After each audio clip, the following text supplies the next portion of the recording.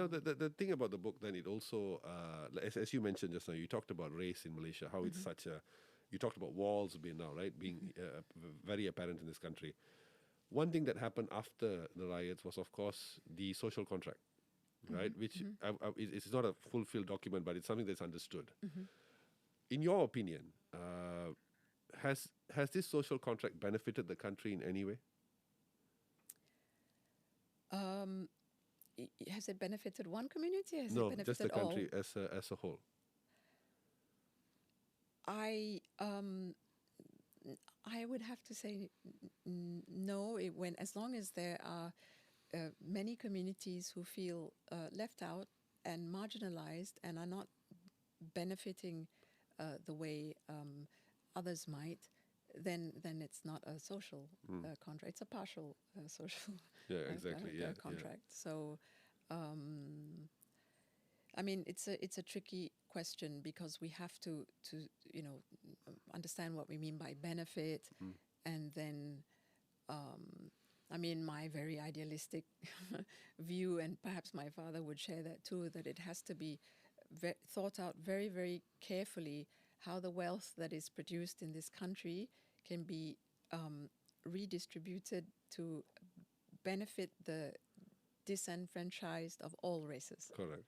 Interestingly, but interesting that you talk about that, because in the book you talk about how he, for example, when he was head of the Department of the Malay Studies, I think in the US. Yes. He founded. He founded, right? Yes. So in the book you talk about how he founded a multicultural staff. Yes. Then you talk about Gerakan, where it's a multicultural party. Right. Then there's a quote from him, and I'm paraphrasing here, but basically he sort of criticizes this notion of a superiority or an inclination of one race to become towards innovation or towards progress. It's not like that, right? It's not a race thing, it's an individual thing.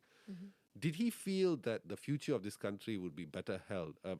Will be better served using a multicultural approach? Well, what do we mean by a multicultural approach? Like, where, for example, if we were to, instead of use what we're using now, like things like using meritocracy, sure.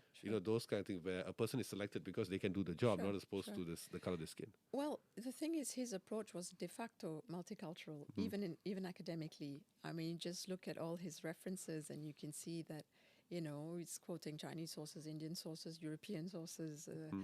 He was a truly cosmopolitan scholar in that sense. Neither Eurocentric nor Asia, Eastern or Islamocentric. He was truly cosmopolitan, like many are.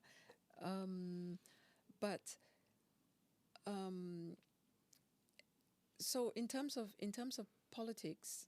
I suppose things just happened. Like-minded people get together. Ideas. I mean, V. David, Wang Gungwu, my father. I mean,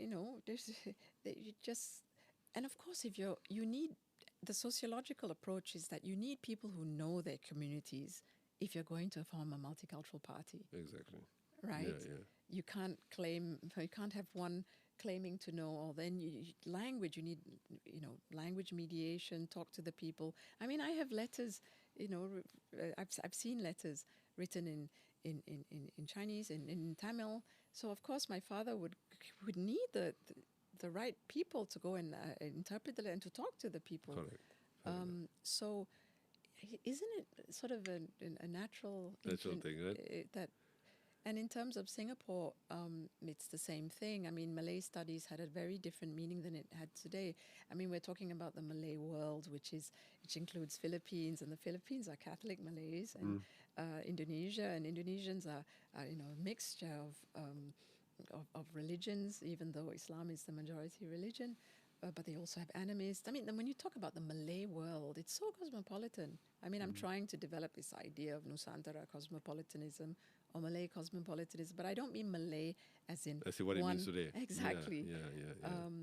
And so, I mean, don't get me wrong. If you look at my father closely, I mean, obviously, some people might say, okay, he's also conservative, which is true. I mean, my father was not anti-monarchy by no stretch, of the imagination. Although he always spoke for a and honest and clean monarchy all over the world.